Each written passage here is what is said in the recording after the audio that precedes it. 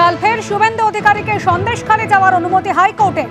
সন্দেশখালী যাওয়ার অনুমতি পেলেন বিজেপি বিধায়ক শঙ্কর ঘোষও।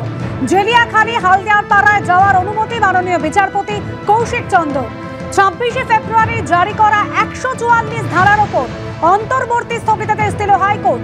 শুভেন্দু অধিকারী সন্দেশখালী যাওয়ায় সেখানে অনেক লোকের জমায়েত হয়েছিল, তার সঙ্গে বিজেপির স্থানীয় নেতারাও ছিলেন।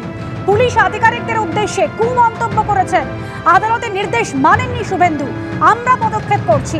একজন দায়িত্বশীল ব্যক্তির জানা উচিত কখন কি করা উচিত। পুলিশকে লক্ষ্য করে বিদ্বেষমূলক মন্তব্য করেছেন। একজন আইপিএস অফিসারকে খলিস্তানি বলেছেন, আমরা এফআইআর করতে চেয়ে মামলা করছি। ইতিমধ্যেই বিচারপতির দৃষ্টি আকর্ষণ করেছি। হাইকোর্টে সওয়াল রাজ্যের অভিযোগের বিরোধিতায় শুভেন্দু অধিকারীর আইনজীবীর। রাজনৈতিক ব্যক্তিরা গেলে এলাকার মানুষ আসবেনি, এমনই মন্তব্য মাননীয় বিচারপতির। জেলিয়াখালীর হালদারপাড়ায় গন্ডগোল হয়েছে কিনা রিপোর্ট দেখান রাজ্যকে নির্দেশ বিচারপতি কৌশিক চন্দ্র। যেখান থেকে অজিত মাইতি গ্রেফতার হয়েছেন সেই ঝুপখালির কাছেই এই এলাকা। জেলিয়াখালীতেও 2রা ফেব্রুয়ারি গন্ডগোল হয়েছে জানিয়েছে রাজ্য। তারপর আর কোনো গন্ডগোল জেলিয়াখালীতে নেই মন্তব্য করেন মাননীয় বিচারপতি।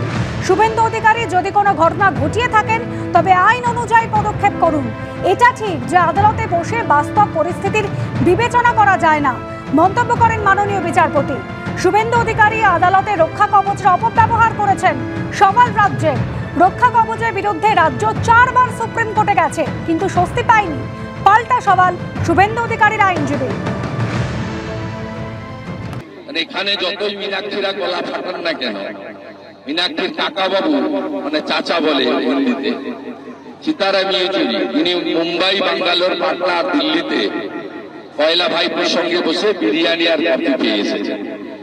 তাই মানুষ ওটা দেখছে, মানুষ বুঝে গেছে গোটা সন্দেশখালীর নামটা, তার অত্যাচারটা, তার বিভীষিকাময় ইতিহাস 1 দশকের বেশি সময়ের।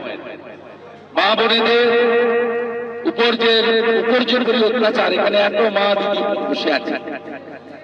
আজকে এই চোখটা খুলে দিল কিভাবে?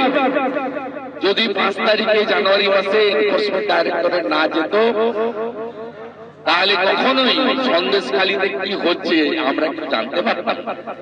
আর এটা সম্ভব হয়েছে ভারতবর্ষের প্রধানমন্ত্রী নরেন্দ্র মোদীজির জন্য, যিনি সমস্ত জাতীয় ইনভেস্টিগেটিং এজেন্সির যখন সেমিনার হয়, সিবিআই বলুন, এনআইএ বলুন, ইনকাম ট্যাক্স বলুন, আমাদের এনফোর্সমেন্ট ডাইরেক্টরেট বলুন, সেবি বলুন, সবার কাছে তিনি বলেন যে কোনো পলিটিক্যাল ইন্টারফারেন্স হবে না,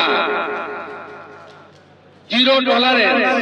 তিনি সিবিআই সেমিনারে গিয়ে বলেন প্রয়োজন হলে 1 লক্ষ যুবক যুবতীকে আমি রিক্রুট করবো যদি সিবিআই লোক কম থাকে। কিন্তু আমি স্বাধীনতার 75 বছর ধরে যারা লুটেছে, আমি লুটের মাল উদ্ধার করবো আর লুটেরাদের জেলে পাঠাবো। এটা সম্ভব হয়েছে নরেন্দ্র মোদীজির ভিশনের জন্য।